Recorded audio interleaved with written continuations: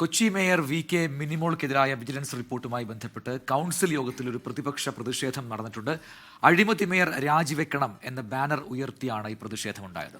Agenda അവതരിപ്പിച്ച് mayor യോഗം അവസാനിപ്പിച്ചു. ലാൽ കൃഷ്ണ കൊച്ചിയിൽ വിവരങ്ങളുമായി ചേരുകയാണ്. ലാൽ, പറയൂ, എന്തൊക്കെയാണ് സംഭവിച്ചത്?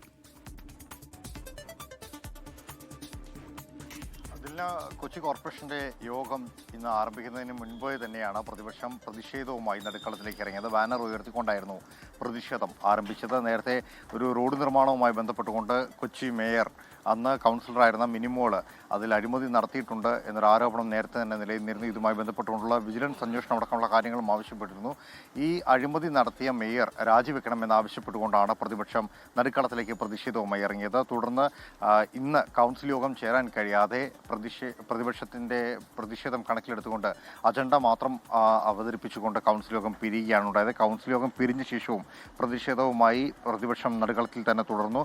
ഈ സംഭവവുമായി ബന്ധപ്പെട്ടുകൊണ്ട് കൃത്യമായി മറുപടി പറയാൻ തയ്യാറാക്കണം, ഇത്തരത്തിൽ അഴിമതി നടത്തിയിരിക്കുന്ന ഒരു മേയറെ കൊച്ചിക്ക് വേണ്ട എന്നീ ആവശ്യങ്ങളായിരുന്നു പ്രതിപക്ഷം പ്രധാനമായിട്ടും ഉന്നയിച്ചത്. ശരി, ലാൽ കൃഷ്ണയാണ് കൊച്ചിയിൽ നിന്നും വിവരങ്ങൾ നൽകിയത്.